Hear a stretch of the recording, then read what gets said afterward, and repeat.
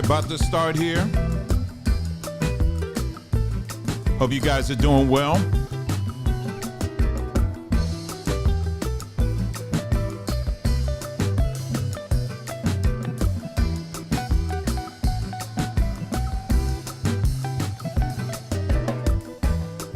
All right. Little afternoon kind of vibe we got going on here. I don't know how it is in your neck of the woods, but it is on the cloudy side. It's been overcast for the last couple of days. So, you know, after a while, I'm just get like, oh, I need some energy. We went out today. You know, my wife and I, we went out today. There's a park nearby here. And, you know, just went walking around because in the background, I don't know if you noticed it or not, but it's huge mountain. And that's the one that it's on my next to-do list as far as like climbing it. And, you know, it ain't just like a regular, you got to like mentally get prepared for it. I'm not talking about like a cliffhanger, you know, I'm hanging on with one. No, ain't nobody talking about that. I'm talking about just simply, you know, there's some parts on there that's pretty challenging. You know what I'm saying? And so, you know, I went a quarter of the way up last time, and then this next time I probably will go like halfway, and then I'll go up again later on where I'll just take it all the way up. I'm taking my time. I ain't trying to prove nothing. I ain't trying to endanger my life for clicks. I ain't trying to do that. Hey, what's up, Greg and Rita and Calculated? Let's see, what's your new name now? Crescendo. Yeah, so someone said, Rebecca said, it's 18 degrees warm in between Toledo and Cleveland, Ohio. Yeah, that sounds like some great weather to get cozy in, but not outside though.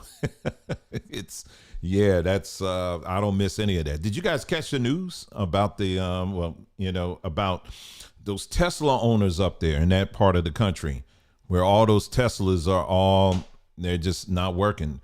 And someone said it best. They said, you know, Teslas are pretty much SoCal cars, Southern California cars.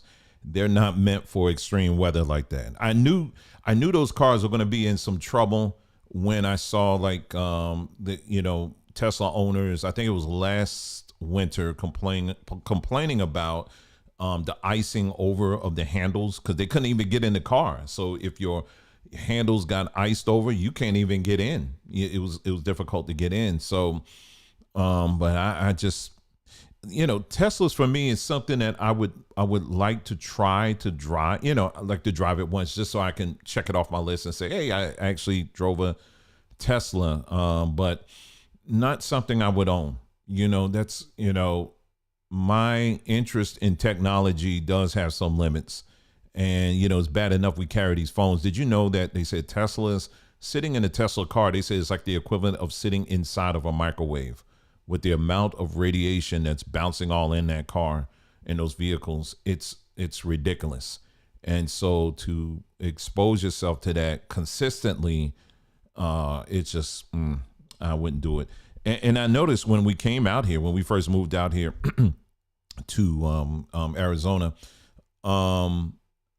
man, you see a lot of Tesla cars. Now, when we were in New Jersey, I saw some, but bruh, they are all over the place. They are all over the place in Southern California. I mean, out here in Arizona, I'm sure in California too. They are all over the place. And, you know, the thing is that people don't really do the math all the way out on those things because yeah, you may not be paying what everyone's paying for gas. However, when it comes to maintenance, I don't know about y'all. But especially the brothers in the house. I don't know about y'all, but I'm probably going to stay old school when it comes to cars. And what I mean by that is I'm talking about when I open up the hood, I want to be able to recognize what I'm looking at. If I open up the hood and all I see is this big old block, I mean, I already feel defeated. I feel defeated already. It's like, man, if I need to change the oil or the light bulb, I just don't know. I got to depend on them. I'm so used to doing things on my own. I got to depend on them to do everything. You know what I'm saying? So I don't know. So I'm good with my Honda. I'm good with my, my regular cars. I'm with that all the way. So we're going to ride that to the end. And then when that's finished, I'm probably going to we'll do bikes. Now, I came across something on TikTok though that might check out.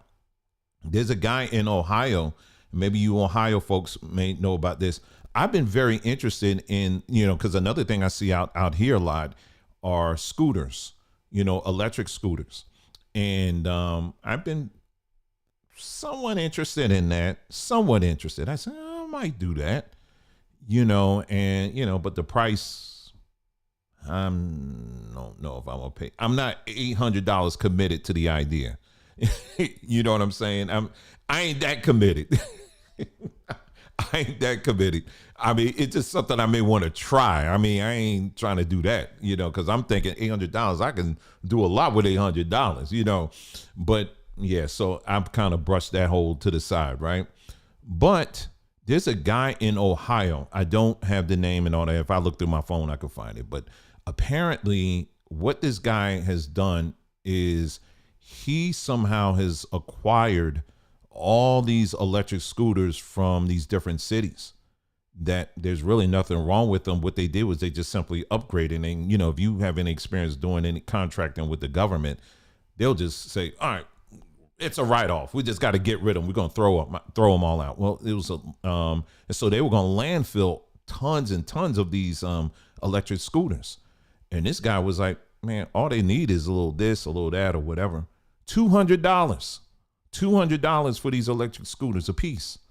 Now with shipping, I don't know what the math is on that, but that's pretty good.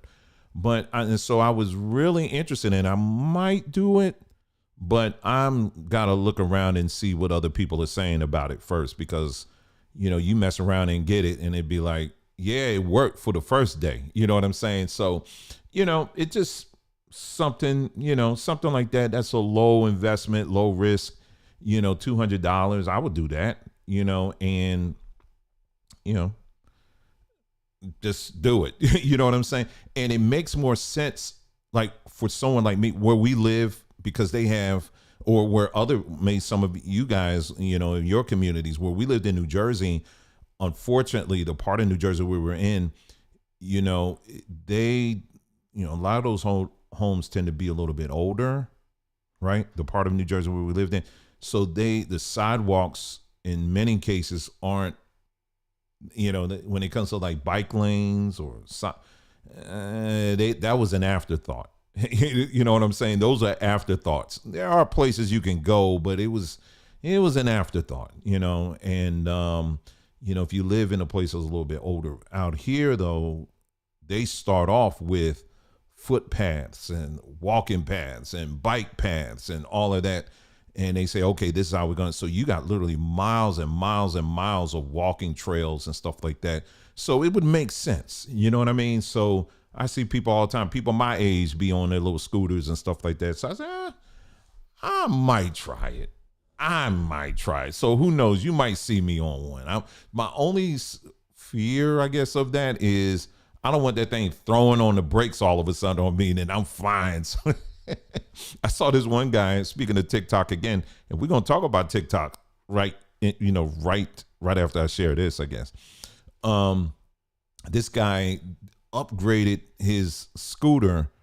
He was on the highway, not the freeway, the highway.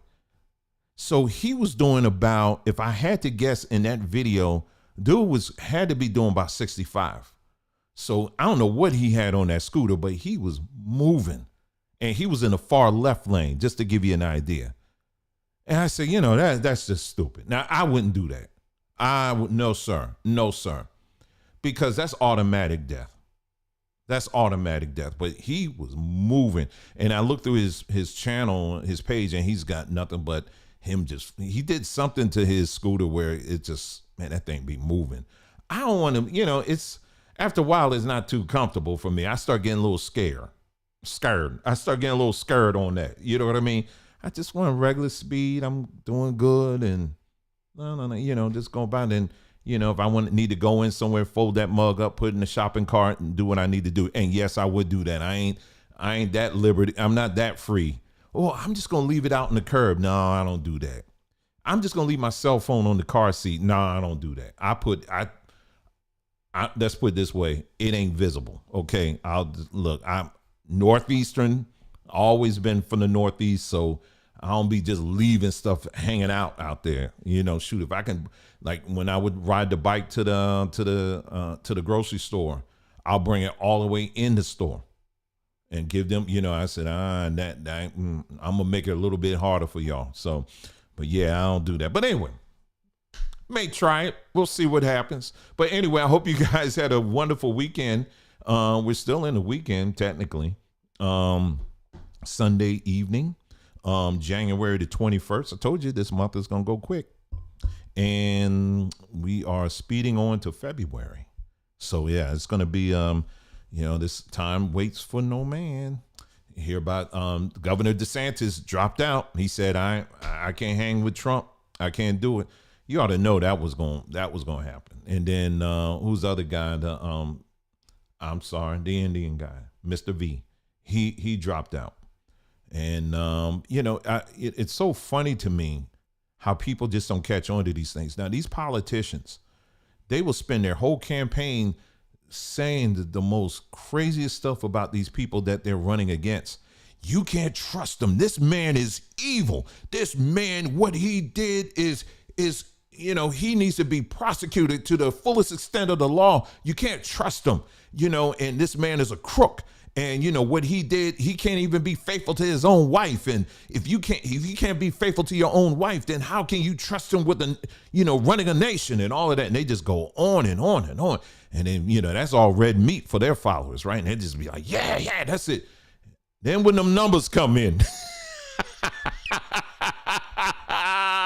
them numbers come in, boy. Once those numbers come in, then all of a sudden they realize life comes at them real hard. And all of a sudden they'll say, well, I'm going to suspend my campaign. And so you know what? We thought about it. And what I'm going to do is we're going to drop out. And we're going to go ahead. This same man that I've been cussing out for months and months and months, I'm going to tell you need to vote for him. Because I think he is the best chance that we have to take our nation back. Now, isn't that funny? Isn't that something? Now, if that doesn't cause you to take some pause when it comes to politics, we've been saying, just like everybody, a lot of other people have been saying, they're all on the same team at the end of the day. I think a lot of people say that, but they don't allow that to settle into their brain and realize that all of these jokers are all on the same team. They're all on the same team. They will get out there and say all kinds of stuff. Then when them numbers hit, or where they ain't hitting, they the main ones that'll turn around and talk about, but you know what? Hey, you need to vote for them. So, people, it's just really something how people just allow themselves just to simply flip like that. It's crazy. Anyway, so today, so glad that you guys can join us and so glad that all of y'all are in the chat. And, for those of you that are there, really appreciate each and every one of you guys. So glad to see you.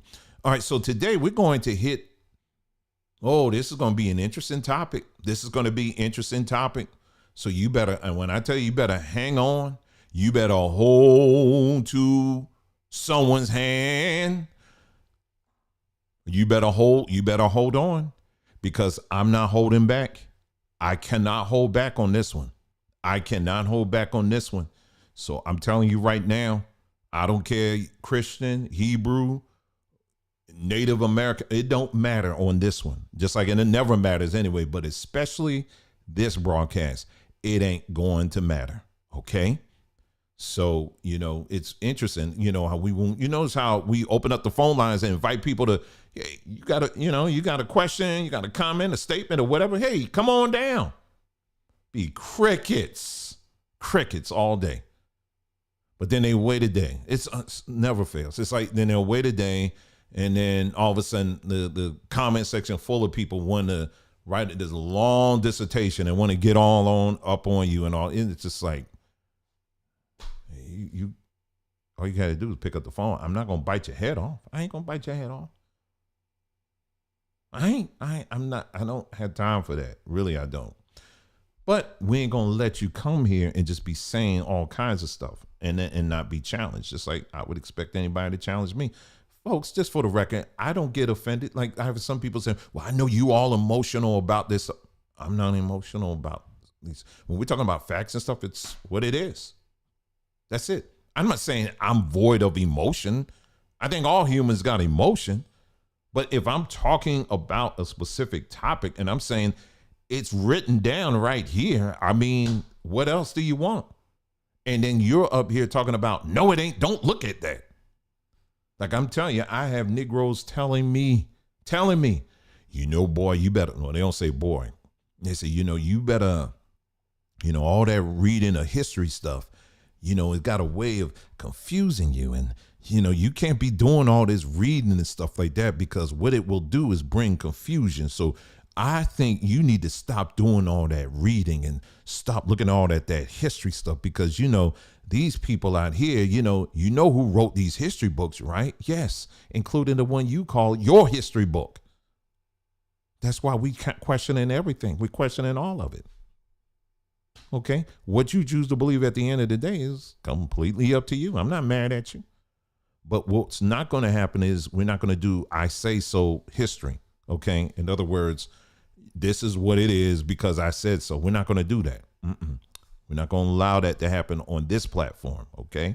That's not going to happen. We're going to ask questions politely, respectfully, and then that's it, and when people seem to can't handle that, that's when they start like this one person, this woman, she was like, what she said, she tried it.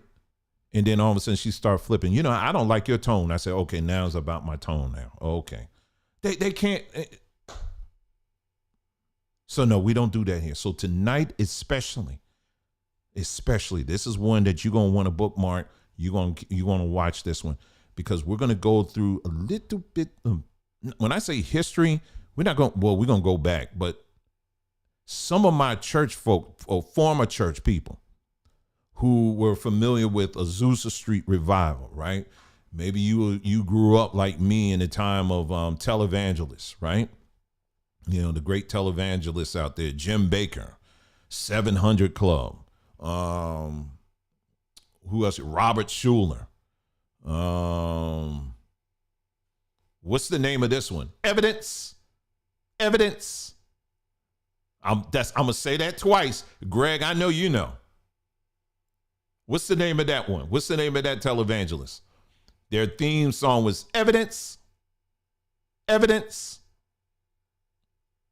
I'm gonna put my tick. I'm put ding ding ding ding ding ding ding ding ding ding ding ding ding ding ding ding.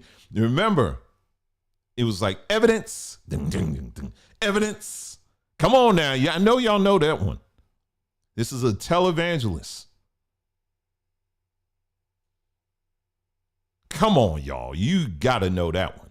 Evidence. I can see y'all now. Y'all know what he talking about? I know. Come on, you ain't that. There you go. See, Psalms always be on point. Fred Price. There you go. Fred Price. Oh, Greg, he got it first. Okay, so he gets the nod tonight. Okay. Psalms, you came in too, but that's okay. We got a consolation prize for you. Okay. So we're going to bring up a clip of Mr. Fred Price's message, because just like we mentioned that Miles Monroe, I think he was starting to understand kind of the matrix that we're in. Fred Price wasn't too far off from that either. Many of you remember the whole series he did on race in the church, right? Man, I mean, he was on point.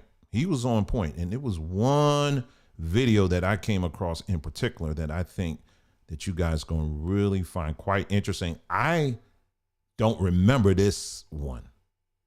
I do remember a lot in that era, but this particular video that I'm going to show you tonight, I don't remember it. and when I watch it. So it was like my first time watching it this week, but we're going to watch it. It's like 20 minutes. And it's all going to tie in to that post that I posted on the community page earlier today. Okay. So yeah, so it's going to be, so sit back. It's going to be very good time, and, it's going to be a very interesting one, but it's also going to be very challenging to you. I'm just letting you know. Ahead of time. Okay, so you know what we do always. We're going to let you know, remind you again, we got Sambatree, sambatree.com. We got a lot of stuff, y'all, on this wonderful platform here. We got the sale going on right now on King Caliba tea, the health tree. And, that's going on right now. And let's see, it's what's in here. And it says, how's enjoyed in West Africa? Okay, let's go in here. Okay, in African tradition medicine, this powerful plant is used as an infusion for its anti-inflammatory and antibacterial effects. While it is purifying and detoxifying actions, work as a liver tonic. Not only that, but thanks to sweet, woody flavor, it also makes a really enjoyable drink, hot or cold. It is used traditionally in Senegal and Mali for fatigue, liver ailments, headache, convalescence. Am I saying that right? I hope. Anyway, blood disease, weight loss, cancer, sleep problems, and used during times of fasting. King Caliba means the health tree, and the French import King Caliba call it Tisane de la Jeune Vie. My French people, I hope I said that right. Or infusion of long life. And so it, and it has on here too, the antioxidants in King Caliba tea help fight inflammation, which in turn can provide a range of benefits for conditions like eczema, psoriasis, and inflamed gut. And it goes on. You can read all of this on your own. So we got a promo going out on that right now, along with all the other stuff too that we have on here. You saw the video, the short I did this week on black seed oil, other things. When I tell y'all, family, we are very committed. See, I don't think y'all think maybe I'm just saying that just to be saying that. I'm very serious. It angers me to see how many of our people, and I'm trying not to go off too much right now, their life has been reduced. Their wellness has been greatly reduced because of two things in many cases, and that is high blood pressure and diabetes. Once one takes the time and look at what are the contributing factors of that, once you begin to understand and you start getting into, then you start realizing, wait a minute, you mean in most cases, all it is this, and this? Oh, and then there are some herbs out here that already address that? Oh, we get that thing out of here. So we are very committed to that on this platform. Very, very committed. So if you're someone out there that's dealing with that right now, you're on the right platform right now, because we're extremely, extremely committed. It ain't just selling stuff. You can buy stuff from us or not. We like for you to buy, but if you don't, you don't. What's more important is you take the information, you take it seriously, and then you use it in your war against these things. Because I'm telling you right now, you do not have to live a life where you are eternally bound to these one or both of these conditions. You don't. Our goal ultimately is to get as many of our people out of the hospitals as possible. My goal, my mission is to depopulate the hospitals of our people. That's what I'm shooting for. I want to depopulate them.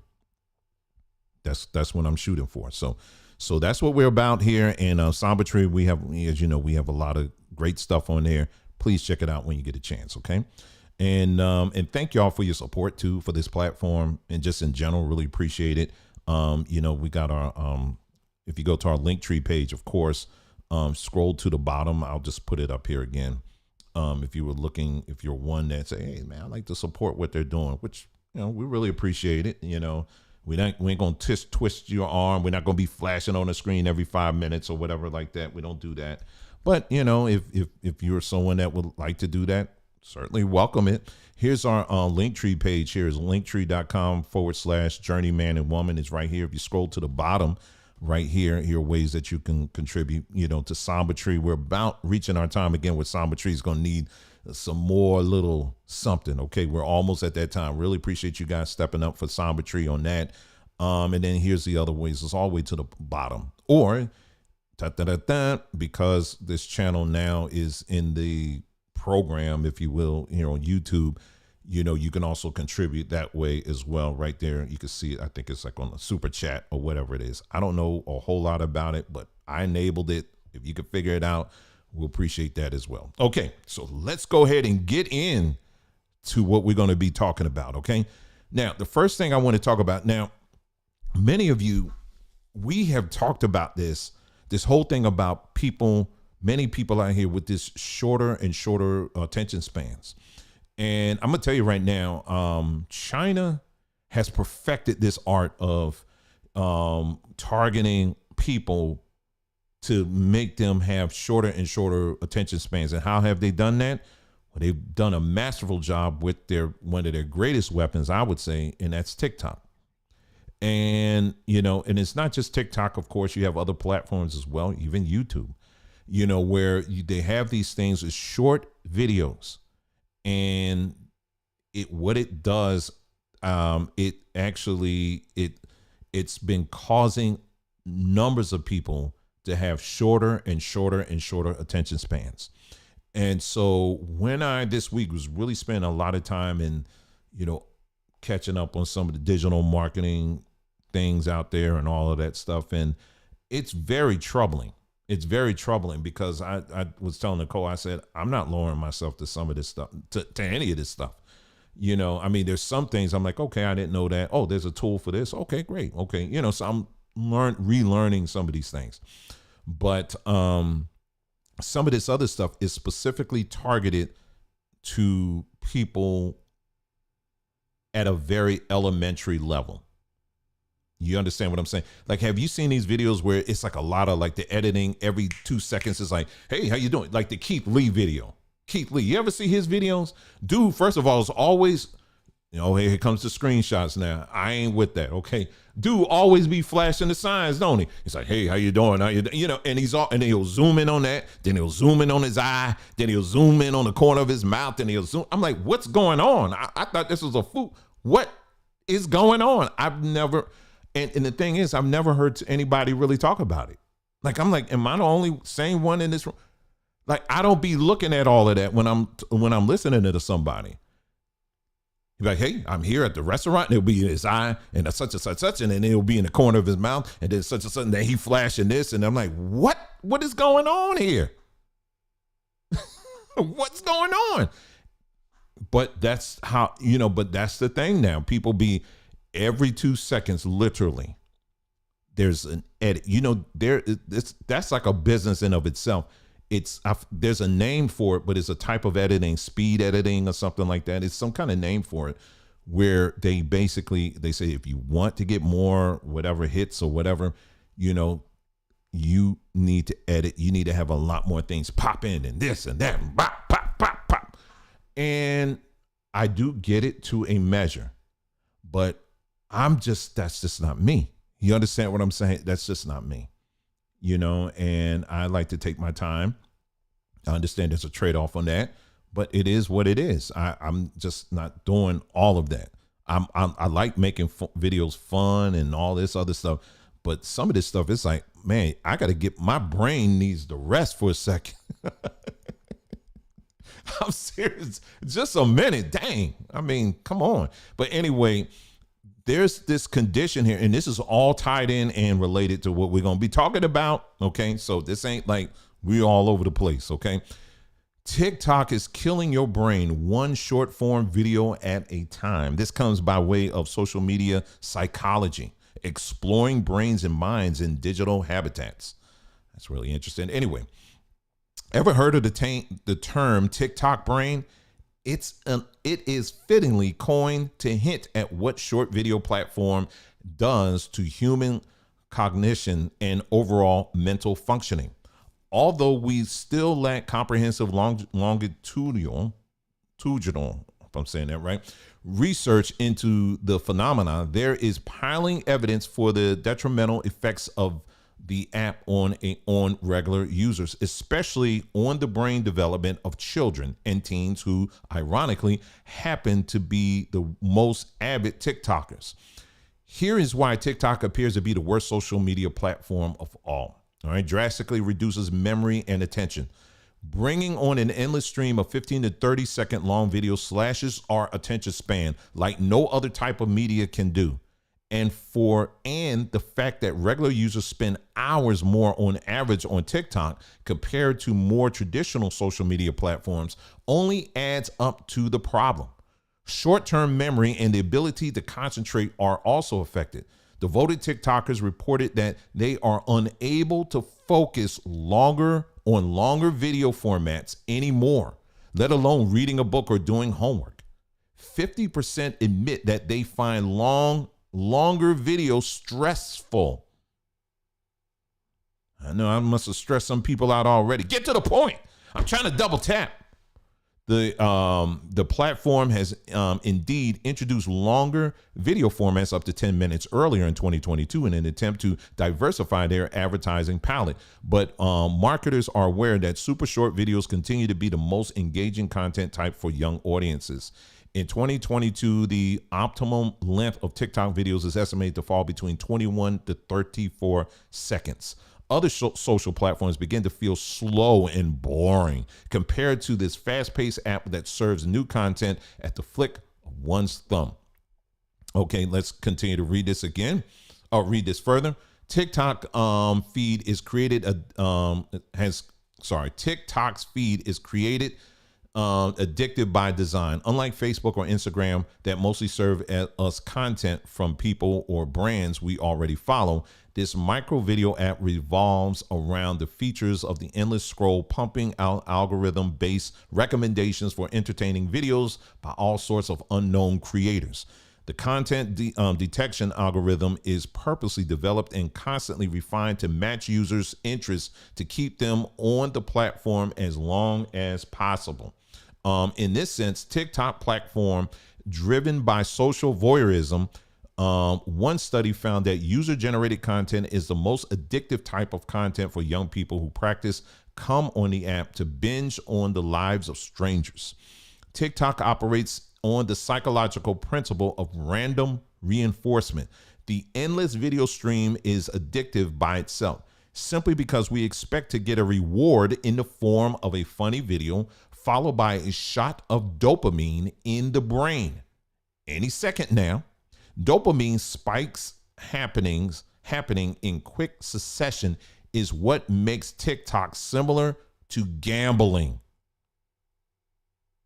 You hear that? Research shows that addiction gradually shrinks the human brain. Whoa.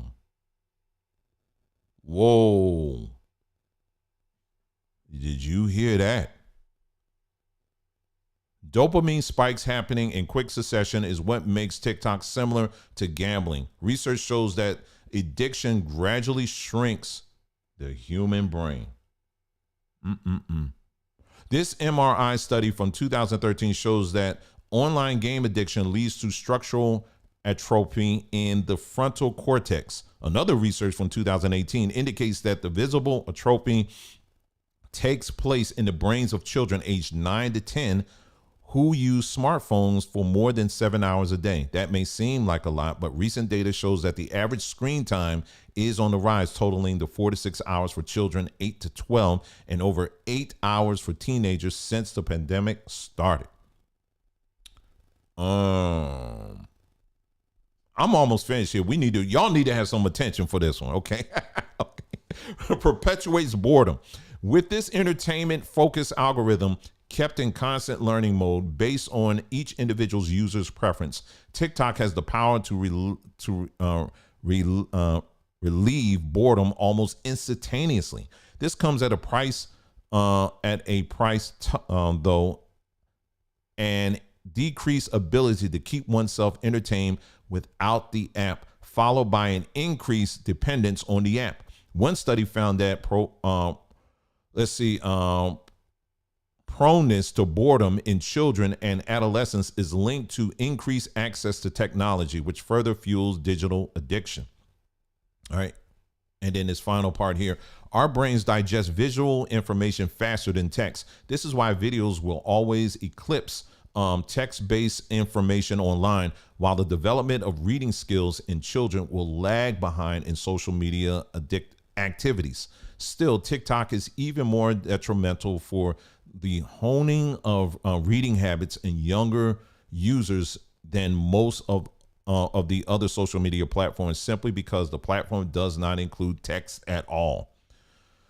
Oh, I hope you're paying attention to this, because it ties in perfectly what we're going to be talking about. We are far from dumping blame on TikTok. Okay, and then they just go on there. So that's like the meat of it right there. That's the meat of it right there. But do you see?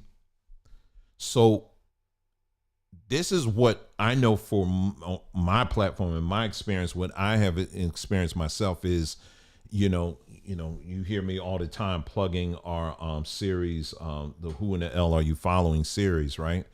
I can't tell you how many times I've come across people who says, listen, I don't have time to watch that. That's too long for me. I don't have time. Just tell me.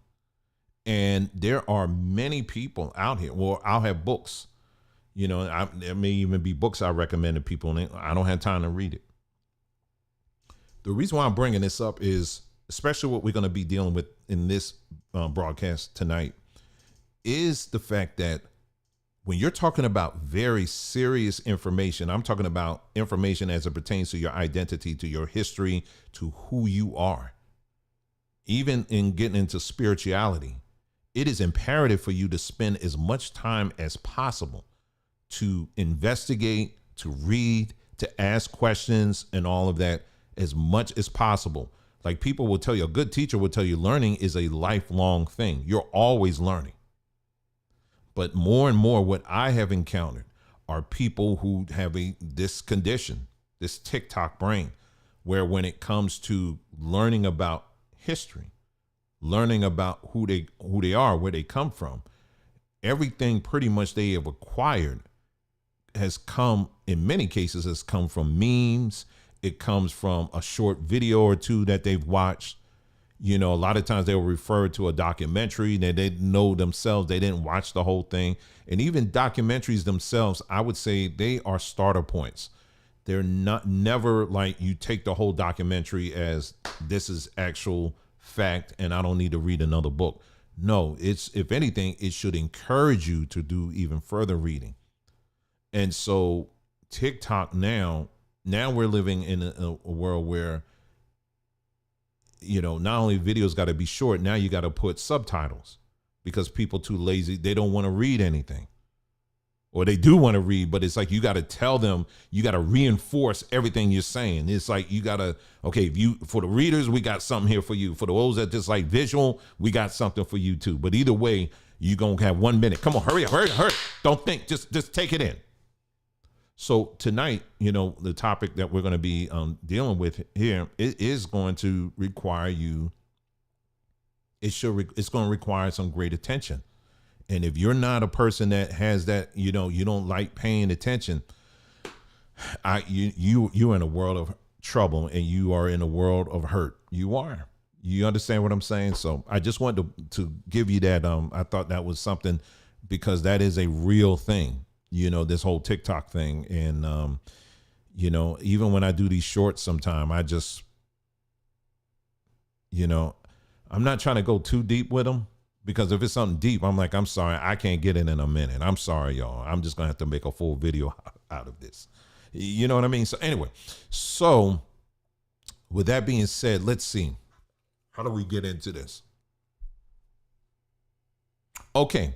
So what I'm going to do now is I am going to share with you, earlier in this broadcast, I mentioned a video that I came across. Fred Price, he's moved on to the next level now, but Fred Price, he's not someone I can say I always watched him, but I'm going to tell you, when he did the racism series, that was extremely pivotal. And I can't honestly say I watched every installment of that, but the ones I did see, they were very, very pivotal. And it was something, and again, I would say, if I had to kind of Tuesday morning quarterback, I would not quarterback, but commentate, I would say that Miles Monroe was definitely, when Miles Monroe hit the scene, it really changed. It woke up a lot of black folks that were in the church. It woke up a lot of black people. Because we, to my knowledge, I'm talking about within the mainline charismatic church world. That's what I'm talking about.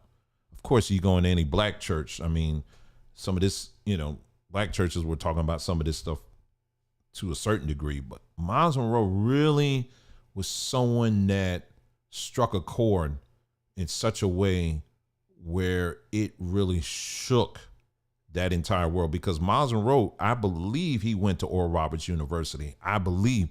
So he came up through that route. And when he came up and he was saying, like, when he did this whole series about the purpose of man and the purpose of woman, and he was talking about, there was a guy that he used to roll with on Jefferson Edwards.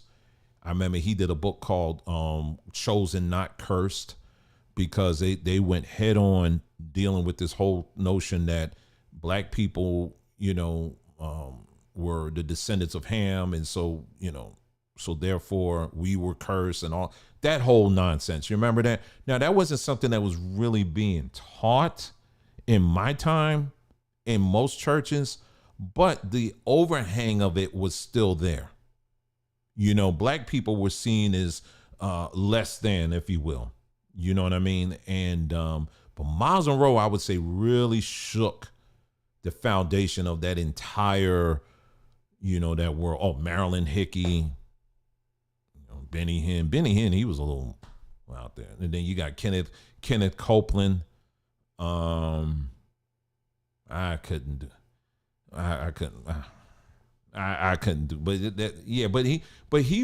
but Fred Price was part of that faith movement. I don't know if he wasn't that far out like with Kenneth Hope. I couldn't do Kenneth Copeland, man. I just he looks scary in the face. Anyway, we're gonna keep on moving, okay? Because we ain't talking about it. Anyway, so what I'm gonna show you right now, it's a video. It's about 20 minutes long, okay? 20 minutes long. So no TikTok brain people tonight, okay? 20 minutes long. And in this video, he is actually calling out somebody because he was dealing with this whole race thing. But there's many little elements in this thing that we can pull out. We're going to pull out a few, but this particular one, it's really something. Like I said, this is something I did not, I didn't know this. I don't remember this, but when I saw it, I was like, dang, okay. Anyway, so let me get the video up here for you. And then we're going to just play it, and then there you go, okay? Give me just a moment here.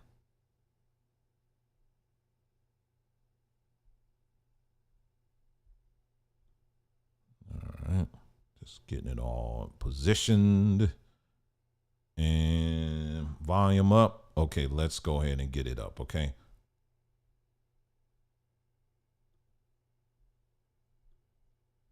Several communications that lead me to believe that this series is really upsetting the devil's apple cart. Now, sorry, this is the only cut in I think I'm gonna do. He's talking about that series he did on racism in the church. That's what he's talking about. So that when he says a series, that's what he's referring to.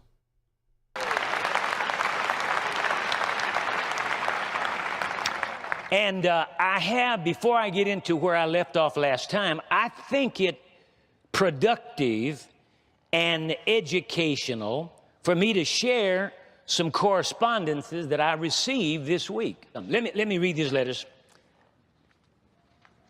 I'm not going to tell you who it is until I finish the letter, because I want you to absorb what's happening. Now, the reason I'm reading the letters is because God led me in this series to use anything that will expose the cancer of racism. Anything. So if it's not nailed down, I will use it. Okay? I'm going to use it. Now, and I've said it before, but I want to reiterate it. This whole thing with me is not personal. It's not personal. It's about right and wrong. It's about righteousness and unrighteousness. It's about God's plan and purpose. February 23rd, 1998, Dr. Frederick K.C. Price, Crenshaw Christian Center. Dear Fred, I have seen the recent programs in which you are dealing with a very real, ugly, and tenacious and persistent problem within the church. Your address of this issue is causing quite a stir and not a small amount of conversation throughout the body of Christ, which may very well have been your intention. If that was your purpose, job well done.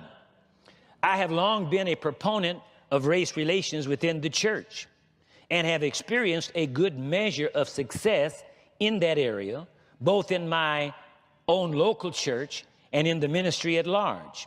Because of that, as well as pastoring in the same city with, and I'm going to use the term, you know, the tape we heard of the minister that I was using as an object lesson, I will refer to that as the unnamed minister, okay? Because nobody's heard me mention the name. And because to me, it's not personal. It's about principles, and that's why I didn't mention the name. So I'm not going to use the name. He has the name in here. I'm not going to use it, all right? And in the ministry at large. Because of that, as well as pastoring in the same city with the unnamed minister, I have received numerous inquiries from around the country as to my take on this very disturbing turn of events.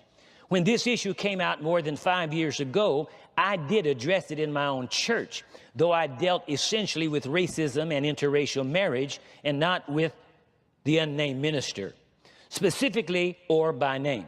I also talked with the father then and since regarding his comments. Well, while I found his disputed remarks untimely, distasteful, and insensitive, I also recognize his apology for having made them. And I wanted to write you personally before I make any public commentary. While I understand the hurt, disillusionment, and anger you are apparently experiencing, it is my strong feeling that Christians must learn to be confrontive without being combative. Confrontation is healthy and can lead to rather profound resolution. However, dealing with personal hurts and individual personalities in a public forum can and will ultimately be counterproductive and is untimely and ultimately an exercise in futility. Fred, you have gone beyond the general issue of racism and have begun attacking individual persons and personalities. Not to mention the fact that, brother, the unnamed minister's tape is more than 5 years old. Galatians 5:15 says, if you keep on biting and devouring each other, watch out or you will be destroyed by each other. I might add that since the unnamed minister, to my knowledge, has not been responding to your programs, you may ultimately devour yourself. This needs to stop. Personal issues of contention among noted and named men and women of God who affect large groups within the body should be dealt with in private and under an apostolic covering, counsel, and accountability. Perhaps you and the unnamed minister, myself, and other appropriate church leaders should sit down together and talk this through. Please reconsider the course you're taking, and let's find a healthy alternative to resolve these issues. I love you, and I am praying for you. Peace. Now, he says, I understand your hurt, disillusionment, and anger. Well, I wasn't hurt. I have never indicated that I was hurt because the unnamed minister wasn't talking to me. I wasn't in the service. My name was never mentioned. I was not hurt. I was disappointed. There's a difference. I'm disappointed. Now, when I expressed the fact that I was angry, it was not with an individual. It was about the fact that the church had never done anything about racism. That's what I was angry about, and I gave you scripture to show you why. So this is a... Now listen to this. However, dealing with personal hurts and individual personalities, I'm not dealing with personalities. I'm dealing with principles. Maybe I don't understand what a principle is. Or maybe he doesn't. I'm dealing with right and wrong, not about personalities. Anybody with any sense ought to know that, because if I was dealing with a personality and then I never mentioned the personality's name, what good would it do? So that very fact lets you know it wasn't about personalities. All right, watch this now. Fred, you have gone beyond the general issue of racism and have begun attacking individual persons and personalities. Attacking? I mean, be honest. Let me know. I mean, I don't have a problem repenting. All this time we've been in this series, do you get the idea I'm attacking the person? No. I'm dealing with principle, with right and wrong, not persons. Oh, it's going to blow your mind when I tell you who this is. Now, watch this now. The best fans in the NBA, the best atmosphere in the NBA. All we need is you. Join your sons as they take on the Chicago Bulls, Monday, January 26th. If you keep, well, he says, I might add that since the unnamed minister, to my knowledge, has not been responding to your program, you may ultimately devour yourself. This needs to stop. Personal issues of contention among noted and named men and women of God who affect large groups within the body should be dealt with in private and under apostolic covering, counsel, and accountability. Now watch this now. See, I'm doing all of this to give you some insights into the thinking patterns of people and to understand why this racism thing continues to perpetuate itself.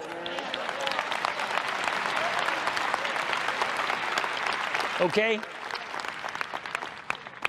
And I want you white people, as well as you black people and all the rest in between, to get a real good view of what racism and slavery has done to the mentality and the thinking of many black so-called leaders. So I want you to see this. And this is an illustration of it. Listen to this. Personal issues of contention among noted and named men and women of God who affect large groups within the body should be dealt with in private. Why should something that was done in public be dealt with in private?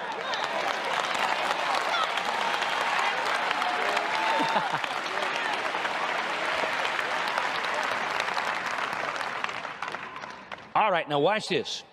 Now, the person sent me a letter, and then they sent a letter to the unnamed minister. Same time. Now watch this. Dear so-and-so, because of Dr. Price's persistence in continuing this course of action, I wanted to write you again to let you know that while I'm sure you understand that your disputed remarks were untimely, distasteful, and insensitive, I recognize your apology for having made them.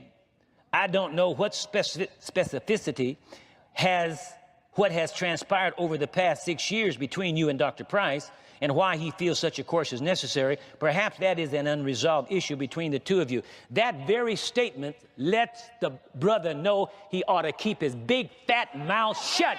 He doesn't even know. How dare you?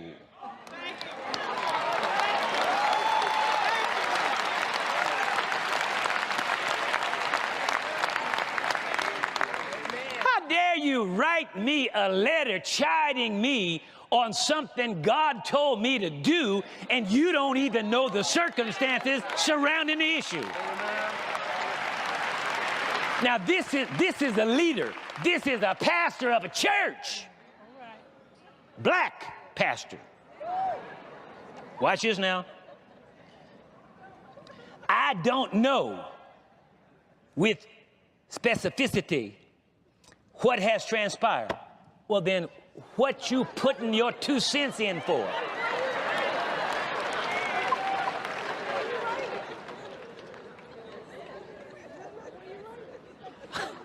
I just want you to see something. I'm going to come to a point. Now, watch this. I have long been a proponent of race relations within the church and have experienced a good measure of success in that area, both in my own local church and in the ministry at large. Because of that, I continue to receive numerous inquiries from around the country as to my take on this very disturbing turn of events. I have recently faxed Dr. Price concerning this, and I wanted to write you again before I make any public commentary. Bad move. While I understand the hurt, disillusionment, and anger Dr. Price is apparently experiencing, it is my strong feeling that Christians must learn to be confrontive without being combative. Confrontation is healthy and can lead to rather profound resolution. However, dealing with personal hurts and individual personalities in a public forum can and will ultimately be counterproductive and is ultimately an exercise in futility. Personal issues of contention among noted and named men and women of God who affect large groups within the body should be dealt with in private and under an apostolic covering, counsel, and accountability. For the good of the body of Christ at large, this matter should be resolved quickly. Perhaps you and Dr. Price, myself, and other appropriate church leaders should sit down together. Now, I want you to get this. Sit down together and talk this through. Again, I love you. I'm praying for you. I know this is difficult for you, but we shall all get through it together.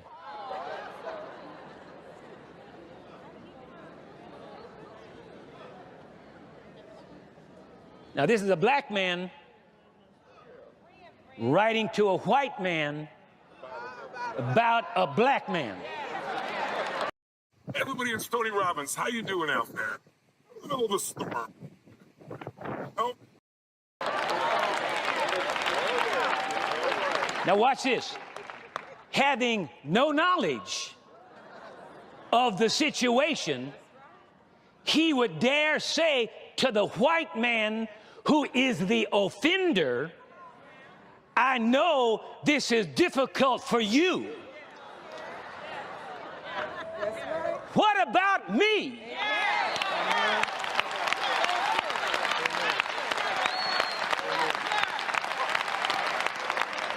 He didn't say that about me.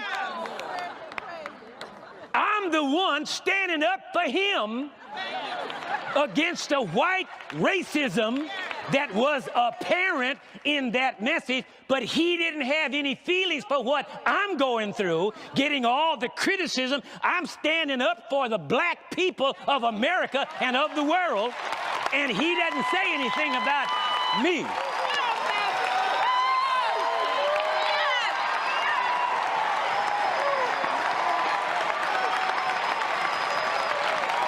Now, listen. I'm not saying that to get any. Hey, listen, I got an assignment, and it don't make no difference what anybody says. It does. I'm on my assignment. But here's my point, just so you can understand and see the thinking of so-called black leaders, and that's why our people have never been really able to progress down through the years, because of this kind of attitude with our so-called black brethren. And you white people need to know that your forefathers worked a wonderful game on black folk. The Willie Lynch syndrome is well and alive and still working after all these years. See, you don't understand. A lot of black people are scared of white people. Your forefathers made them afraid. And then some of them have such low self-esteem that they need the approval of the white man in order for them to feel good about themselves. Oh. I'm dealing with right and wrong. Listen to me. You heard the tape. This man said to his daughter in kindergarten, said it publicly with emphasis. You heard it, with emphasis, and said, we can go together as friends. We can be friends with everybody. But we just don't date this group of people. It's against our culture. That is an offense to every black-skinned person on this planet. Yes, it is. Yes, it is. And this Negro hasn't got enough sense to see that. So concerned about getting the approval of the white man that he would subvert a man who's standing up for his best interest and taking the flag. Now, don't misunderstand me. I don't care about that. You can't hurt me. Don't even try to put your hands on me. Be the worst mistake you ever made. So I'm not saying that. Listen. I'm not saying that. I'm not saying about I'm not saying that to try to get any comfort for me. I'm going to do what I got to do anyway. Don't make me no difference. And I'm not, I'm long past all that other stuff. But my point is that this is how black folk have been programmed. Now watch this. Watch this. 3 years ago, I am the president of, and I started an organization called FICWIFM, the Fellowship of Inner City Word of Faith Ministries. We have an executive board, and we also have a board of directors. I had a board of directors. I had 2 Hispanic brothers, because those are the only people that are left in the inner cities, the Hispanics and the blacks. So I had 2 Hispanic brothers on the board, and the rest were black. And 2 of the black brothers, 3 years ago, resigned from the board because of my stand against this white ministry based upon those words that were said in that tape. They cut me off and went with the man who said, we don't marry that group. Now again, because if you don't understand, you get the wrong. It's not about intermarriage. I don't care about that. The point is that when you say we don't, you're saying there's something wrong with that group. You telling a kindergarten child we don't go with that group. That sends a message to that child that there must be something wrong with that group. And those 2 black brethren left the fellowship because of the stand that I took to call these people on the carpet and get this thing resolved. 3 or 4 months ago, I had another brother who was on the board, black minister, pastor, pastoring people. He resigned from the board when I started the series. He was, now watch this, I'm just trying to show you how racism has infiltrated into the minds of people, okay? I'm not trying to defend me, I don't need no defense. But I'm using everything as an object lesson to show you how pervasive this thing is, and that if we don't deal with it, it's going to just continue to perpetuate. This brother withdrew and resigned from the board when I started the series because he was concerned that his white members might be offended by my teachings.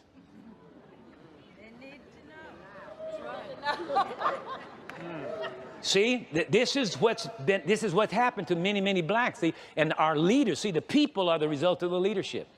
And the people can't do any better than what the leaders lead them to. And if you have leaders that think like this, that's why you have people in the congregation that think like this.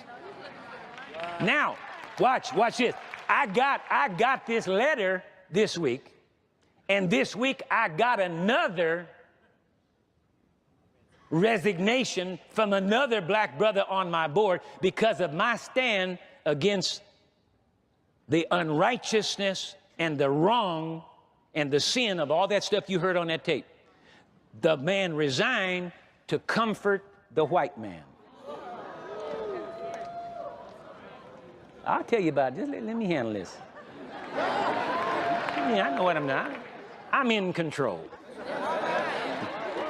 I'll get to it. Definite resignation. And because of that, couldn't take a stand for right. It's not about white. It's not about black. It's about right and wrong. Am I the only one in this world that sees right and wrong?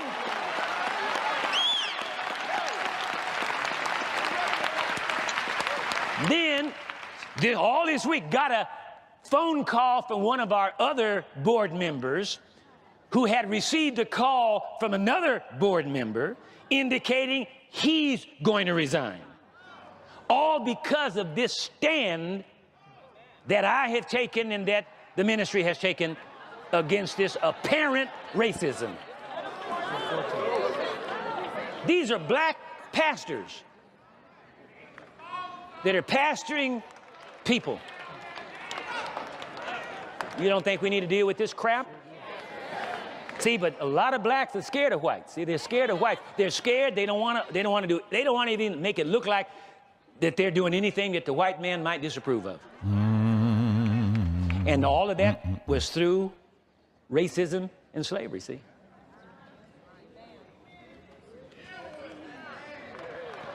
I don't know how many more are going to resign before it's over.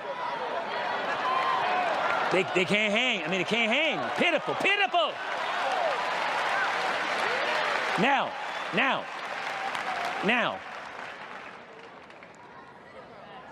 See, here's the thing. And as I've said in every lesson, don't take this personally against you, whether you're black or white. I would never do that. That's not the issue. It's right and wrong. It's principle, not personality. But somebody has to do it. God can't do it. He only works through human vessels. And if you got vessels like these that have resigned, the thing will never be addressed.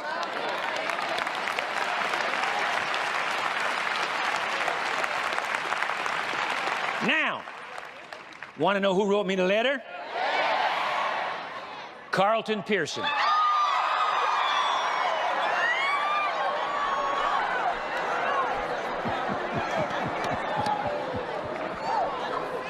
Can you believe that? I couldn't believe it when I got the letter. I was dumbfounded. Why? Hey, why? You do it for less. No, why they scream like that? Yeah. So if you want to see that video, I try to block it out a little bit because I want people jumping up. And I know, I know who it is. It's like, no, I just want to let people kind of say, hold on for a second. Minister, okay, hold on. I'm not playing it again. I just want you to see where you can find that video. I'll just put the title and the you'll see the channel name and all that. There's right there. Okay, Carlton Pearson. So that's it right there. That's the name of the video. You can do a screenshot of it. And then that's the name of the channel. I think this same channel, he has a lot of if you are interested in that race series that he did or whatever, I think it's on there. I think it's on that, on his channel. I'm not sure. He has a lot of stuff on there, like a lot of those old sermons and stuff like that. And yeah, this was on that race series that he did. And I thought it was really, it was a very pivotal thing. So things like that, even though I am not in Christendom, I don't see myself as a Christian. I don't, and all of that, I don't embrace that. However, there are many things that were true, that were right, that I did acquire out of that. And what I'm not going to do is when I went into the whole Hebrew space, I was running across a lot of people who were just trying to just throw everything about the church and just throwing that the church is wicked, the church is bad, and if you're in the church world, you need to get out of there because you're going to go to hell, and that's Babylon and all this stuff, and just being extremely hard like that when it comes to people that were in the church, and so that I did not like, because there were a lot of things, like many of you, there were a lot of great things that I did learn. You understand what I'm saying? And those things we want to embrace. So, like anyone from like not Carlton Pearson, Miles Monroe. There's a lot that you can still learn from some of the things that he put out there, and then Fred Price is no different. There's other people as well. But it doesn't necessarily mean that I'm bowing my knee to Christendom or whatever. No. There is, the principle of right versus wrong, justice, being thorough, being accurate, being factual, and all of that stuff. All those things are important. And anybody that demonstrates that, is something to embrace. And so, yeah, so please don't show up in my chat. Do not show up in my comment section wanting to bring up, but Fred Price, he was an Illuminati. Keep it right on moving with that. Okay. Keep it right on moving. Ain't nobody. Did you freeze it at the 16-second mark? Because if you freeze it at the 16-second in the 06, in 16-second and 6 microseconds or whatever mark, he's actually throwing up a sign. You keep it right on moving. Okay. Keep it right on moving, because we're not doing that. We're paying attention to the actual what was discussed here. Okay. So anyway, so why am I playing this? Of course, there's a ton that we can pull out of this video just in of itself. But I will mention this that's really not on the rails or where we're going. Isn't it interesting when you think, hold on, a piece of hair in my mouth. Isn't it interesting? Carlton Pearson was the one they did the movie about, and he was the victim because he went into the whole inclusion, the gospel of inclusion, and started teaching what he was teaching on that. And I knew when he started going into that he was going to be fall more on the side of pro LGBT. I just knew that was a logical next step, and that's what he took. And what's interesting about this is that Carlton Pearson, even though Carlton Pearson wrote this letter, did you catch that? So he wrote this letter to Fred Price, but at the same time, he CC'd it to, I'm trying to figure out who it was he was talking about, because part of me want to say Kenneth Hagin, but the other part of me wants to say it was Oral Roberts. So I don't know who he's talking about with that. Because keep in mind, Tulsa, Oklahoma was like the headquarters for a lot of these leaders back in those days. So he was talking about somebody that was in that circle. And, I don't know if you can put that in the chat for that, because I don't know. I have my guesses. I put them out there, but I don't know. But here's the thing. Carlton Pearson wrote that letter, right? And then chiding Fred Price, but at the same time going to whoever this mystery pastor is, and saying, I'm sorry for any hurt or whatever that he has caused you and all that stuff, right? But here's what's interesting about this. Someone said he was talking about Kenneth Copeland. Oh, okay. I didn't know that. Okay, yeah, I wasn't sure. Well, definitely. Look, anyway, it's scary looking stuff. Anyway, yeah, that's crazy. Anyway, so here we go. But isn't it interesting that when Carlton Pearson came out with his whole, inclusion stuff, that when he started teaching that, who were the first people to throw him under the bus when he came out when he started teaching that inclusion stuff? It was the same people that he was literally throwing himself on the rails to protect and to defend from the mean old black preacher named Fred Price.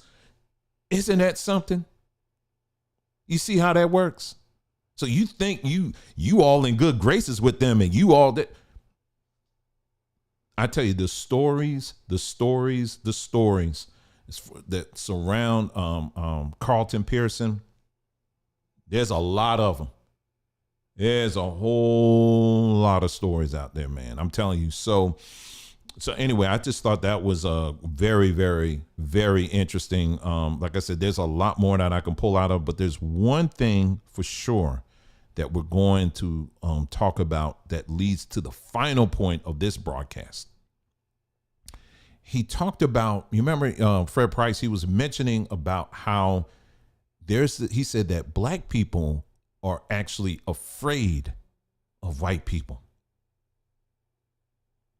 Now, that don't really play too well on these social media streets, because on the social media streets, no, that's not true. Oh no, we talk to them, we talk down to them and all this stuff. No, you could say that on social media. Everybody's Superman on social media. But when it comes to stepping out beyond this keyboard, beyond your screen, oh, it's something a whole big different. A whole different. It's a whole nother world there. And so yes, so scared. But the other thing I would add to that as well is that there are many black people who still want the approval of white people at the end of the day. They still want the approval of white people at the end of the day. And it's no different than in the area of religion. It's no different. Now, as we saw in this illustration here, Fred Price was talking about the affairs of going on in the church. But I could tell you right now, it is no different than what I saw and what I continue to see in the Hebrew space. As much as these people will do video after video after video after video after video after video after video after video about white people and what white people think, and and they're going to get their judgment. These are Edomites and all that stuff. At the end of the day,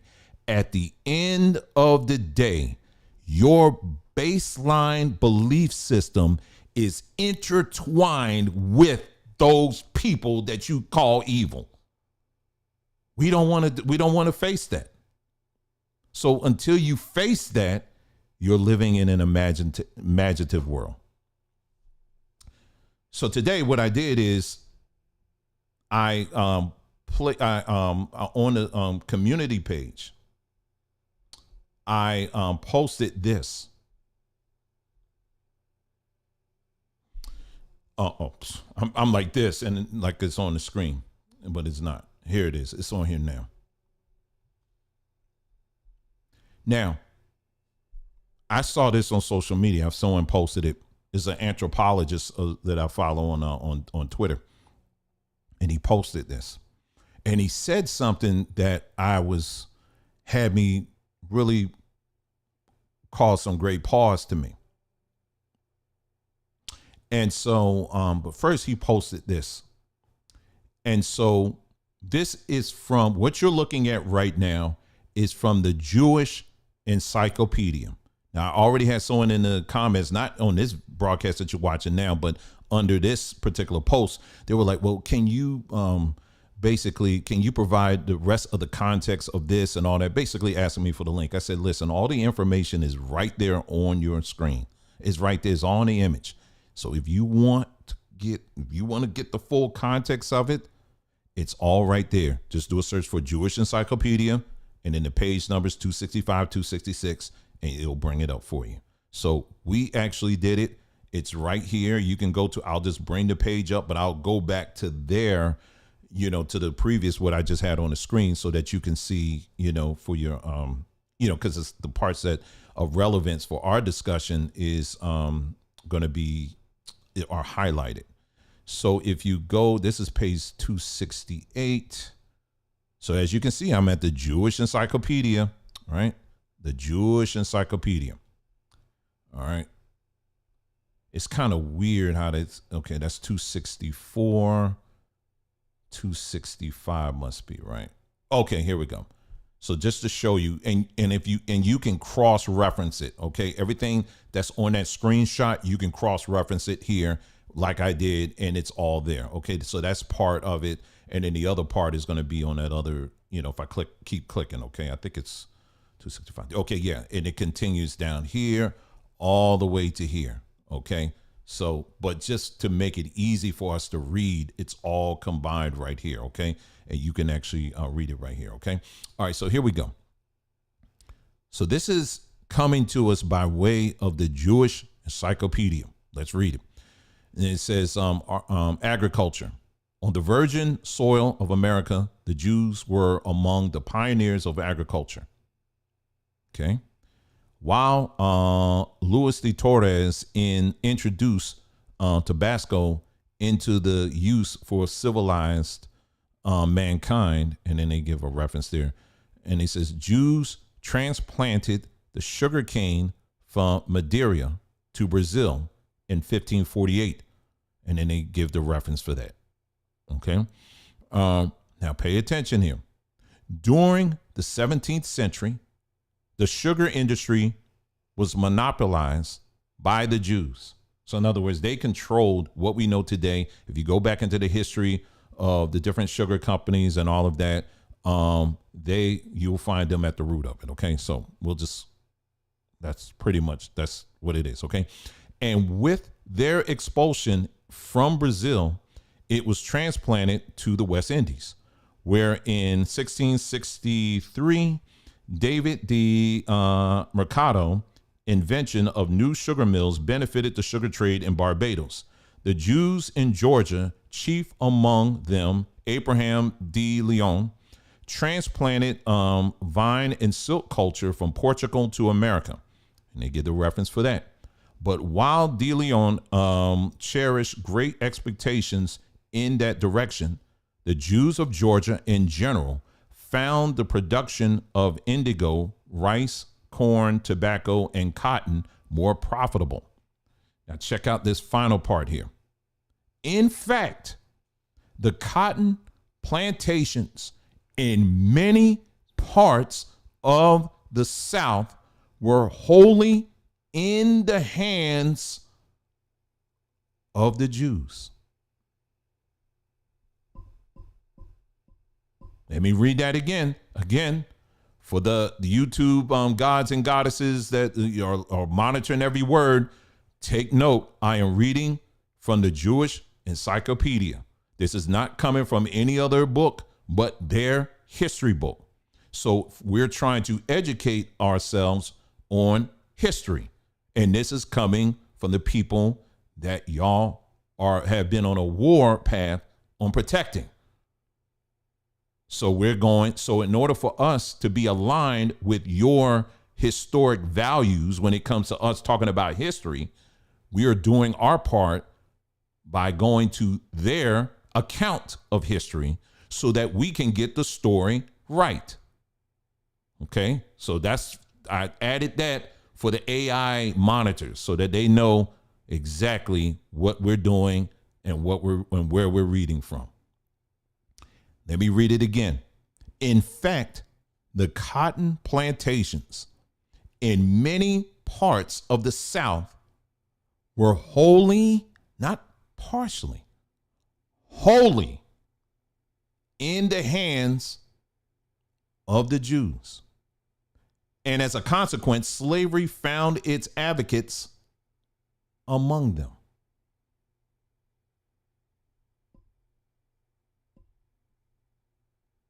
Something to think about here.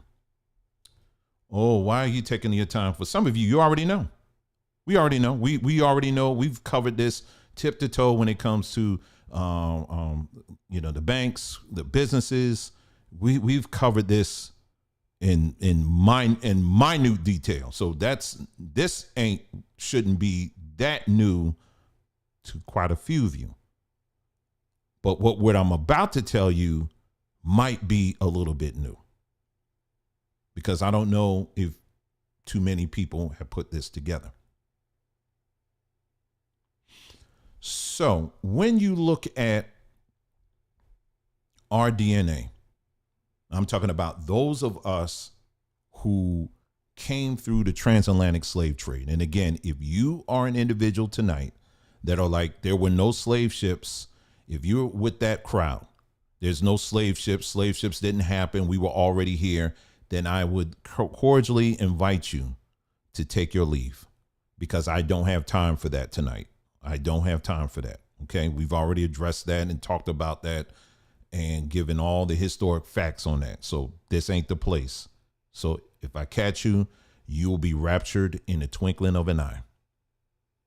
Okay. So it's just very simple for me. This ain't the place. Find another playground, but this ain't a playground here. It's a war room. Okay. So anyway,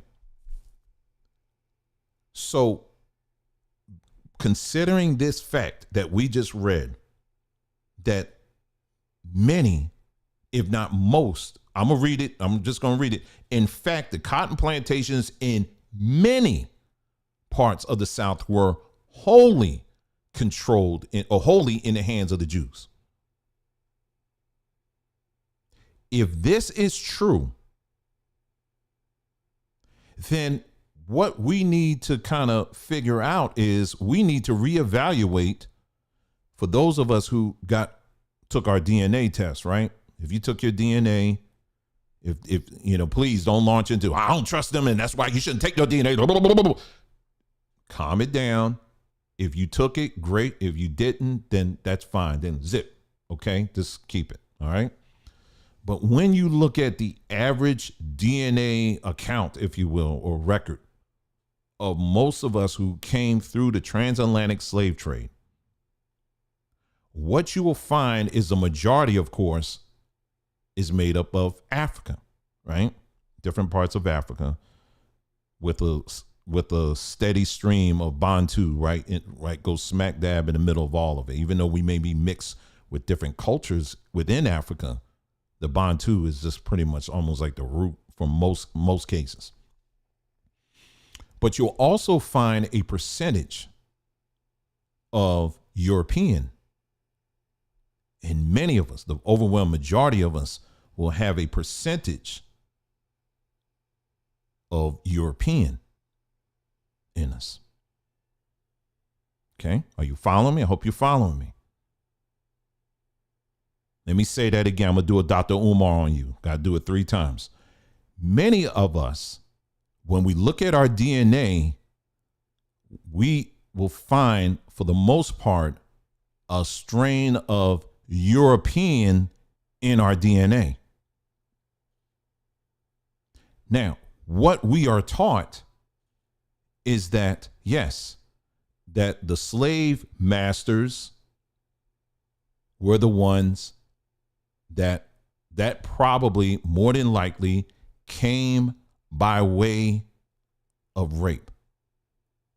By, you know, from who was the ones that was raping us? The slave masters. I'm walking very slow tonight because I know some people are very slow. And it's okay. Because we have a slow boat. We have a slow boat compartment as well. So you can come slow, but we all going in the same direction. So again, so the narrative and what we have said, and it's true, there's a lot of truth to it, that the strain of European that many of us will find within our DNA came by way, in most cases, by way of rape. Who raped us? Who are these Europeans? These were the slave masters. Well, who, according to this encyclopedia, who made up a good percentage of those slave masters?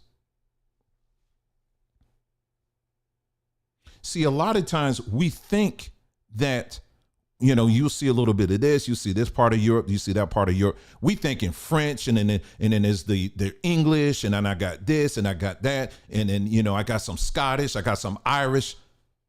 Well, in each one of those groups I just mentioned, you have Jews all mixed up in that, all of them. British Jews, you got Sephardic Jews, you got Jews from, you know, some of these Italian, especially Italy, Dutch Jews, especially.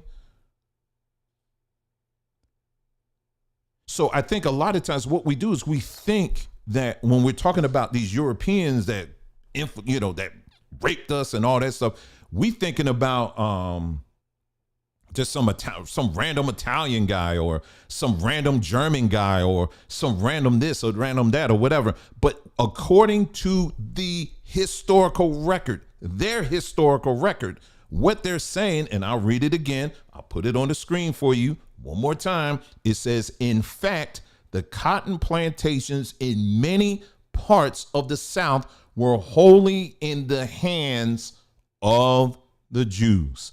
That's what it says. So that percentage of European that you have, and like I said, for the majority of us, it's really small. I mean, it's really, really small. I mean, if you got 50%, then that means you need to have a sit down talk with mom. Okay. If it's like 50%, you need to have a talk with mom. So, but what I'm saying to you is that the ones that were putting their seed in your ancestors, it ain't all these other Europeans random Europeans that just showed up on the scene. It was the people who was running the thing in the first place. The ones that controlled the plantations. The ones that were in the marketplaces. The marketplaces, mind you, in places like Charleston, South Carolina, they shut it down on Saturday because that was Sabbath. This is all historically supported. I'm not making any of this up.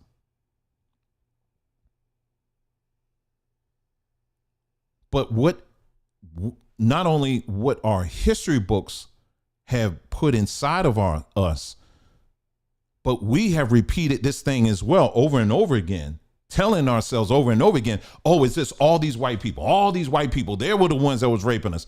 Yeah, they were white, but they weren't just white. There was something else. And according to their history account, it was these people. So for many of you, when you look at your DNA chart again and you see that European, it may come up as Irish, Scottish, Italian, or whatever. It made some small percentage of that. But these weren't just random Irish or Italians or anything like that. No, they were all part of a same group.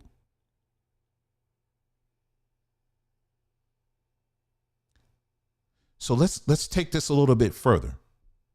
Now, you remember, like I said again, anytime I get into this arena, the plantation, they don't like it. So take it for what it is. we're going to push it. Okay. But you remember when we did a video a while back where we looked at all the sporting groups, all the different all the sports sections, if you will, where you have basketball, football, soccer, baseball, hockey, and all of that. And you remember I said that the highest percentage of Jewish ownership is always seen amongst where there's a high percentage of black people. Remember me showing you that? I pointed that out. And I said, when you get to hockey, you don't really see the owners too much there, do you? Not really. If you look at it, I did a whole breakdown of this. When you look at hockey, there ain't too many of them. They ain't really in that. Soccer, depends. Baseball, not really. There's a few. But once you start getting into basketball and football, that's where it goes straight up to the moon in terms of their ownership. So when people tell you that these sports a lot of times function like a plantation, well, gee, now you know. Because it is. It is literally a plantation. Nothing has changed except the fact that now the athletes are given the privilege of sleeping with white women, and they're given a lot of money to do that and to, of course, perform on the field. But it's still a plantation once you look at the owners. It's no different. It's no different.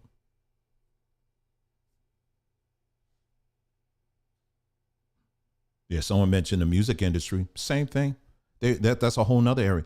All these different areas where you'll see the heaviest concentration of our people, you will find them right there. Once you start getting out, if black folk ain't in it, then chances are you ain't gonna find them in it too much.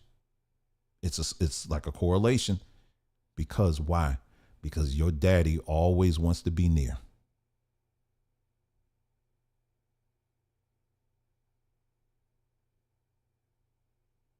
Now, I'm not telling you to call them daddy. I'm not telling you to do that, but that's how they see themselves. You are still their property. That's how they see you. Let me say that again. You are still their property. If the Rothschilds can monitor to the cent their money through centuries, do you not think they ain't going to monitor what they invested in your ancestors and going to continue it even to this day?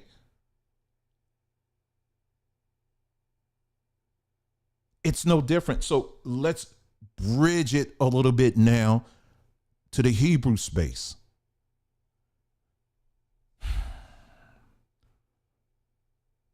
Oh boy, do I need to go here?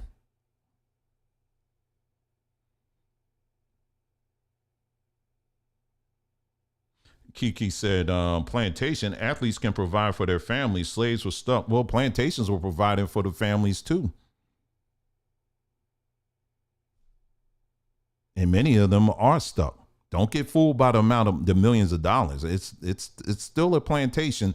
The curtains may have changed a little bit more privileges are taken, but make no mistake about it. You say the wrong thing. And I think we've learned that with some of these athletes that have stepped out and said something that they found offensive, they'll shut you down. That's called a plantation. Wake up. So now let's bridge this thing over into the Hebrew space.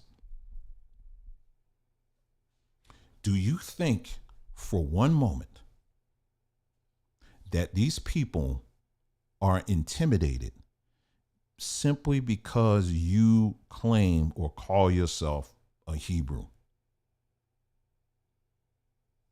They're not intimidated. In fact, they see it as a compliment. Let me say that again. They see it as a compliment. They're not intimidated. They're not scared of you. They're not. Now, I know a lot of these YouTube preachers and teachers, they want to convince you and try. Oh, they see these people, the fake Jews now, they're getting scared now because we're starting to raise up now. We're starting to wake up to who we are. Honey, they're not scared of you. I said this a while back, and this is in regards to Ron Dalton. I say it to him publicly. I'll say it to him privately. It doesn't matter. I ain't going behind anybody's back. Just saying what I'm saying. But you got someone like a Ron Dalton who's going all over the world telling people that they're scared of him. They won't debate him. Send me your biggest rabbi to debate me. I'm King Kong, come and debate me and all this stuff. They ain't trying to. Why would the plantation owner step into the slave house to try to debate you about something? Now they can cut things off where you don't have access to certain things, but they ain't going to invest the time. If he was really a threat to these people, they have an army. They have an army with a history of taking people out. People who are really a threat are taken out. And these people have a long track record of that. So it doesn't matter if you come out with a documentary. It doesn't matter if you come out with books. It doesn't matter if you come out with videos. It doesn't matter. Why? Because you're repeating what your daddy taught you.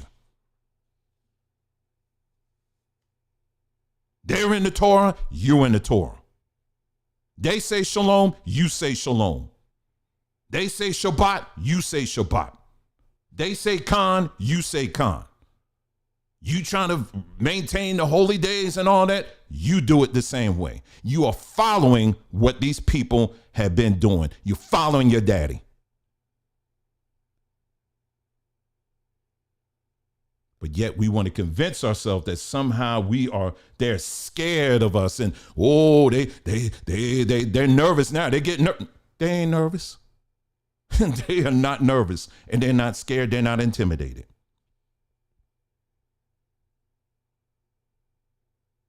Now, for those of you who are still not convinced, even with this that I just shared with you in regards to, who actually control these plantations and all that, like I said, it's really not new. But once you put things together, it does open up a whole nother world of discussion. But those of you who want to say this, I have put out the challenge and have put this thing out for a very long time. And I said, if you are these people as described in this book, then your family, your immediate family, should have things in your family, cultural practices that you can point to, that your mama, your dad, your grandparents, your great grandparents were coming down. If they weren't speaking Hebrew, then chances are, honey, that ain't you. I'm sorry. I told you. Did I not say? I said, it's going to be it tonight. It's going to be it. It's going to be it. But Dwayne, the thing it is, because see, what they did was they put it in a book, and see, they scrambled it all up and they gave it to us. But see, they didn't know we were going to figure it out. They didn't realize that one day we going to read their book, and then we going to piece it together. Nigga, listen, do you really think, like I said, and I got to keep this on repeat too. If someone is really trying to keep you hostage, if they're trying to keep you in prison, if they're trying to keep you ignorant, why in the world would they give you the answer scrambled up or not? Why would they do that? That makes no sense. If I know that this person can actually, one day they're going to figure it out, but I'm going to tease them anyway. I'm going to scramble it up and put it in the book. They'll never read it. That's the biggest lie that Negroes we have told ourselves for a very long time. Believe in that.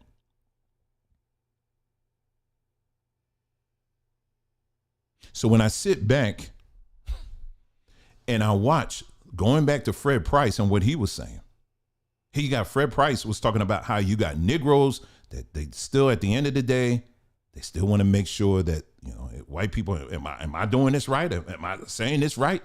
Mr. Charlie, Carlton Pearson, like, Mr. Charlie, am I saying everything right? Ain't no different than the Hebrew space, because you got Hebrews out here. I've seen them, and some of y'all seen them too. We're gonna have Rabbi so-and-so here tonight, and he's gonna teach us. He's gonna talk about some of the Hebrew stuff and all that. There's people out here right now, they'll be breaking down Hebrew and stuff. Where do you think they be getting that information from? From the rabbis.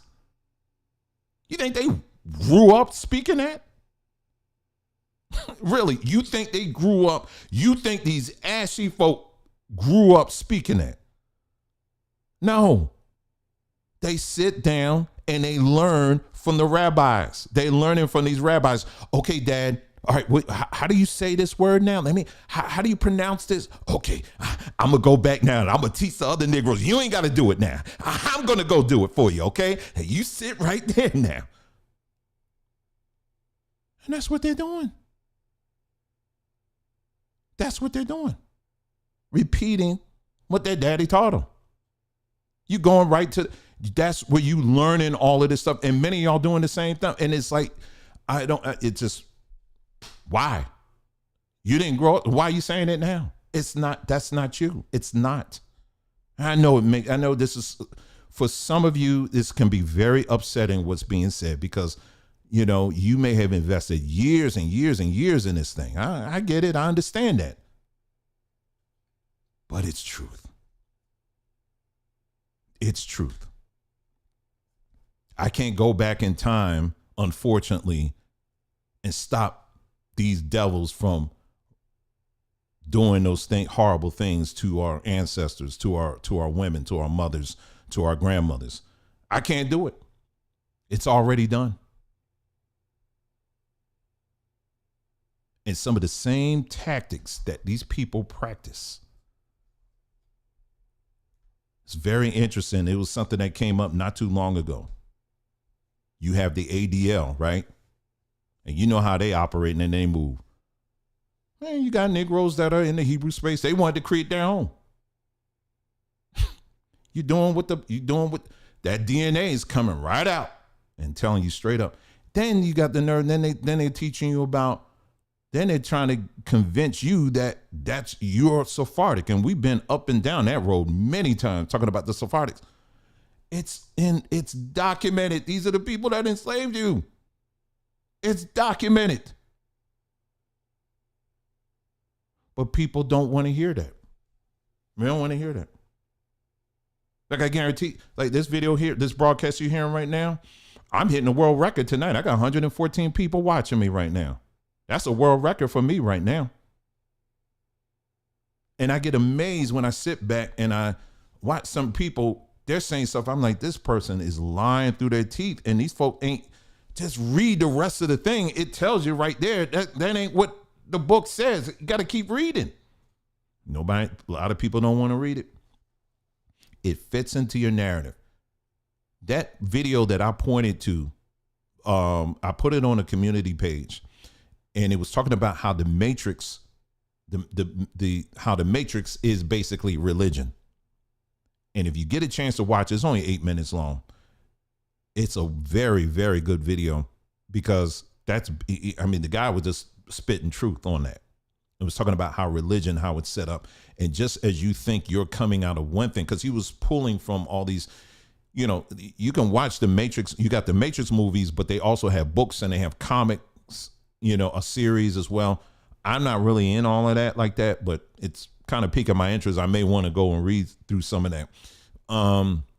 Because there's different storylines. It's not just the movie. There's other storylines too. But anyway, what he was talking about was how it's two things that were very, very, very, very important about this whole series, about the Matrix and this whole world, the Matrix, right? He talked about how in the Matrix, in the whole storyline, they had a policy that you cannot wake someone up after a certain age. Because if someone is awakened, unplugged from the Matrix, and they're older, there's a high probability that they'll probably die because they can't handle it, because it's too much. It's too much. They can't handle it anymore. They used to have the Bible in church to hang on to, but now when you take that away from them, they don't know what to do. They start panicking and all that. I don't know what to do. They just start breaking down because they don't have the church. They don't have all that stuff. They don't have Christianity. They don't have all that stuff that's been fed to them by the system. They don't have it anymore. So when someone is older, they were saying, you die. There's a high probability. So in the storyline, they were saying we stay away from that because there was one character who did. He was so eager once he realized when he was unplugged out of the Matrix and he saw what the world really looked like. The first thing any loving son do was, let me go to my parents and I'm gonna unplug them too. Well, he tried to he unplugged them and they couldn't handle it and they ended up dying. That was the one thing. The second thing that was mentioned in regards to the Matrix was this.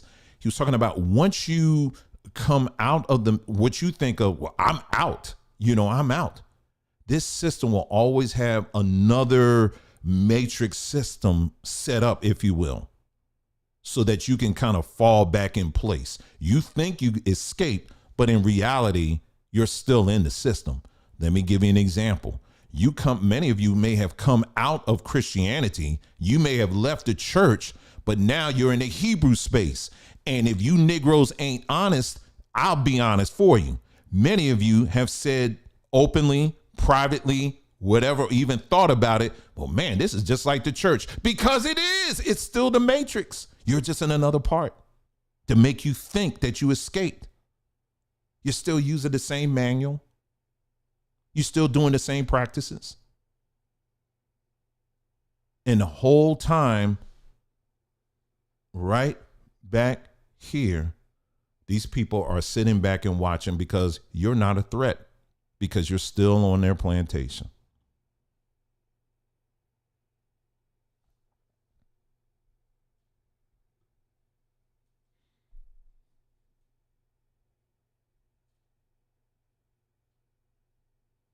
So here we go. So I wanted to give people time to let that sink in.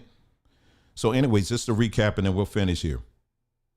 Because I know we got some TikTok minds that got to be healed. And that healing process takes some time.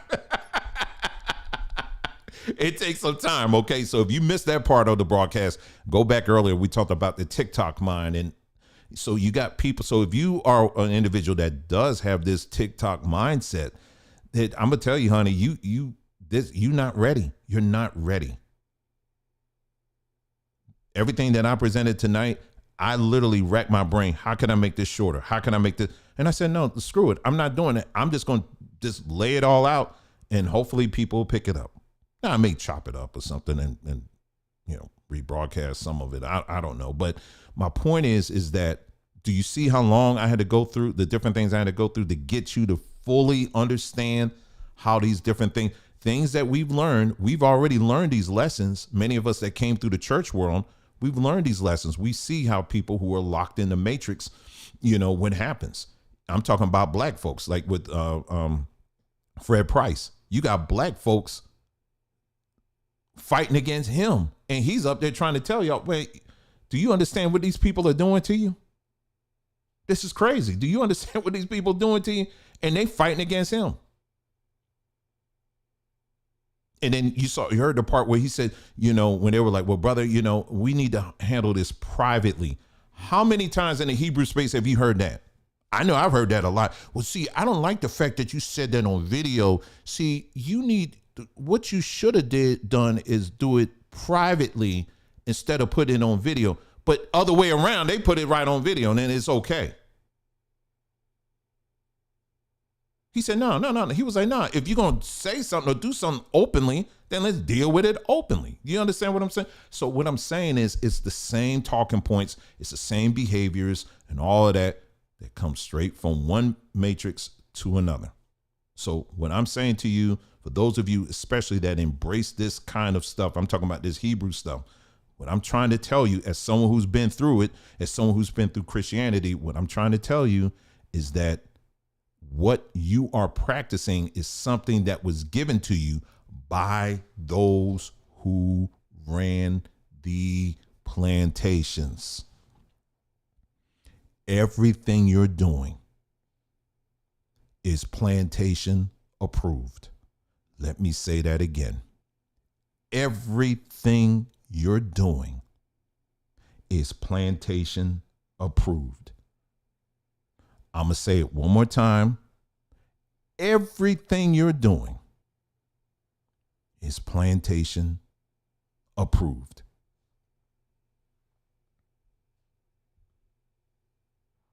Because if it was a threat, see, they'll give you that, but they ain't going to give you no guns. I'm not telling you you need to go grab guns. I'm not saying that. But what I'm saying is they're going to give you something that's going to keep you in this forever bind where you just always going in circles, always going in circles, where you singing songs, even encourage you to sing songs about, I may not get healed now, but one day in heaven, I'll get healed. And even when I get to heaven, I'm going to have one shoe and you going to have a shoe. All God's children's going to have one shoe. That's the greatest hope we have. Meanwhile, they running banks, they running businesses, they running, and they say, Negroes, just keep believing that. That's good enough because it keeps it's keeping you at bay. You want to be a Hebrew? Okay, fine. Okay, we may raise a little bit of ruckus about it and, you're making me mad, and do all that. That's all show, because if you was really a threat, you would have been shut down long ago. If you was a threat, you wouldn't be on YouTube. How about that? How about that? You wouldn't be on YouTube.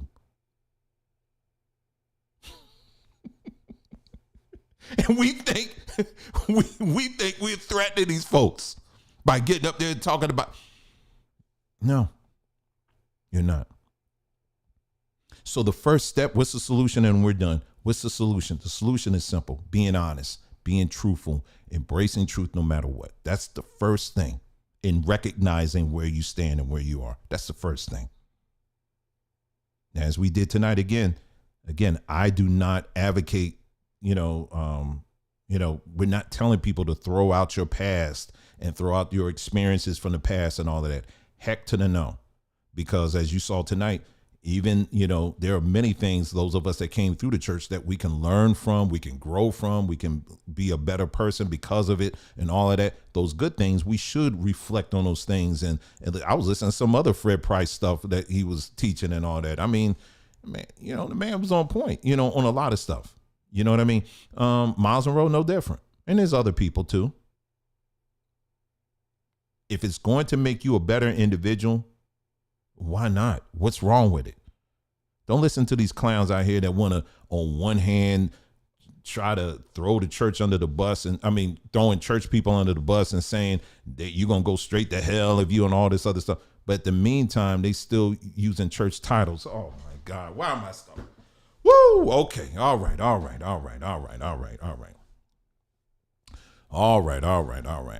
don't get it. I don't get it.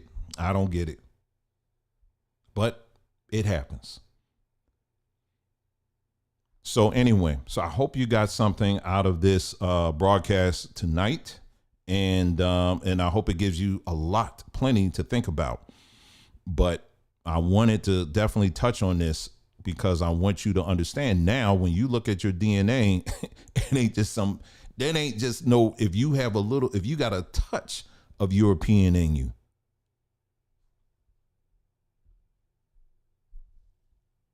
Need I say anything else? You think it was just some random French man.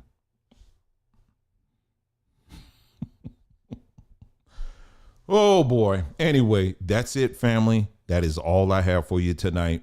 I hope you got something out of it. As always, if you have any questions, feel free to email me directly at connect@journeymanandwoman.com. Again, it's connect@journeymanandwoman.com. You can also leave a comment as well, under here. But, like I said, again, just you can be respectful as long as you're respectful. I could be respectful too, but again, you bring that strange fire energy, I could do it too. And then you'll be caught up in the rapture. Okay. You'll be caught up in the twinkling of an eye. I'm gonna keep saying that. Next thing you know, like, whoa, what happened? Gone. You're gonna be gone so fast, you ain't gonna even hear a trumpet. It's just gone. You just gone.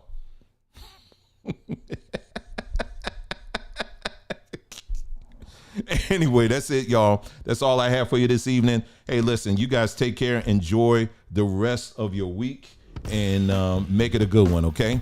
You guys take care, and I'll see you next time.